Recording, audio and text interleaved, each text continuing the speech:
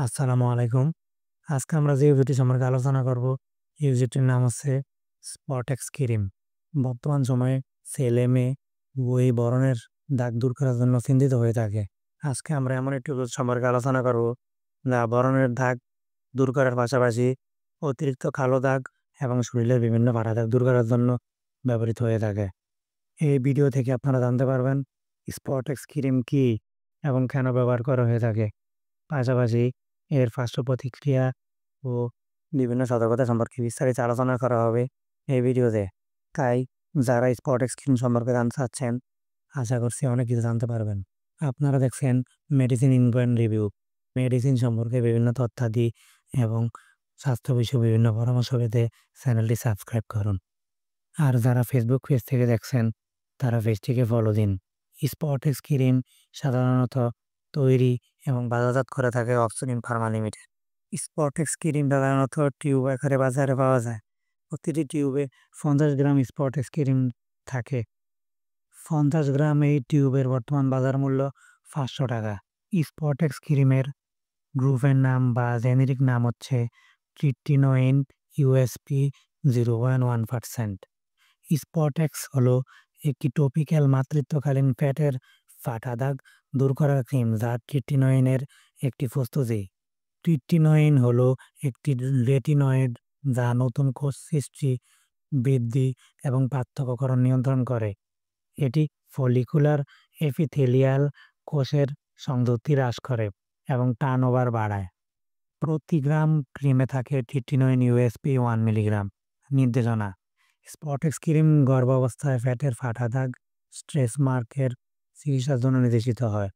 এটি ব্রণ, অতিরিক্ত কালো দাগ, সূর্যালোকে ক্ষতিগ্রস্ত ত্বক, সিল এবং অন্যান্য ত্বকের অবস্থার জন্য নির্দেশিত হয়, যেমন ইকথায়োসিস ভালগারিস, কেরাটোসিস ফলিকুলারিস। মাত্রা ও প্রয়োগ: আক্রান্ত স্থানটিকে সাবান বা ফেসওয়াশ দিয়ে আলতো করে ধুয়ে শুকিয়ে নিন। শোবার আগে প্রতিদিন একবার আক্রান্ত স্থানে পাতলা করে লাগান বা চিকিৎসকের নির্দেশে ক্রিমটি প্রয়োগ করুন। বিরুদ্ধ ব্যবহার: যে রোগীদের ট্রিটিনোইনের প্রতি অতি সংবেদনশীলতা আছে, এই ক্রিম সেই রোগীদের জন্য প্রতিনির্দেশিত। পার্শ্ব প্রতিক্রিয়া: কিছু হালকা পার্শ্ব প্রতিক্রিয়া দেখা যেতে পারে, যেমন লালচে ত্বক, চুলকানি, জ্বালা-পোড়া এবং শুষ্ক ত্বক। গর্ভাবস্থা এবং স্তন্যদানকালে ব্যবহার: গর্ভাবস্থায় ট্রিটিনোইন ত্বকের উপরিভাগে প্রয়োগ করা নিরাপদ কিনা এ ব্যাপারে পর্যাপ্ত প্রমাণ নেই। এটি শুধুমাত্র তখনই গর্ভাবস্থা ব্যবহার করা উচিত যেন এর সুবিধা ভ্রূণের সম্ভাব্য ক্ষতি না করে। মাতৃদুগ্ধে ট্রিটিনোইন নির্গত হয় কিনা তা জানা যায়নি। সতর্কতা: এই ওষুধটি শুধুমাত্র বাহ্যিক প্রয়োগের জন্য, চোখের জন্য নয়। ক্রিম ব্যবহারের পর সূর্যালোকের সংস্পর্শ এড়িয়ে চলুন। অন্য ওষুধের সাথে ব্যবহার: ট্রিটিনোইন পিলিং এজেন্ট যেমন বেনজোয়েল পারক্সাইড, বেসরসিনল, স্যালিসিলিক অ্যাসিড বা সালফার ধারণকারী অন্য কোনো ত্বকের ওষুধের সাথে ব্যবহার করলে সঠিকভাবে কাজ নাও করতে পারে বা ত্বকে জ্বালা হতে পারে।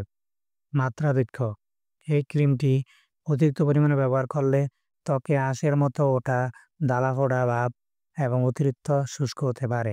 তবে এই ওষুধটি ব্যবহারের পূর্বে অবশ্যই একজন বিশেষজ্ঞ ডাক্তারের পরামর্শ নেবেন। তারপর আপনি এই ওষুধটি ব্যবহার করবেন। নিজের ইচ্ছে মতো কোনো ওষুধ ব্যবহার করবেন না। আপনার যদি ত্বকে কোনো এমন সমস্যা থেকে থাকে, তাহলে একজন ত্বক বিশেষজ্ঞ ডাক্তার দেখাবেন। তারপর আপনি এই ওষুধটি ব্যবহার করবেন। আজকের ভিডিও এই পর্যন্তই। ভিডিওটি ভালো লাগলে বা উপকারে আসলে ভিডিওটিতে একটি লাইক দিন। তাইলে আপনার বন্ধু-বান্ধবের সাথে শেয়ার করতে পারেন। এতে অন্য কারো উপকার হবে। আবার দেখা হবে নতুন কোনো ভিডিওতে। ততক্ষণ পর্যন্ত সবাই ভালো থাকুন, সুস্থ থাকুন।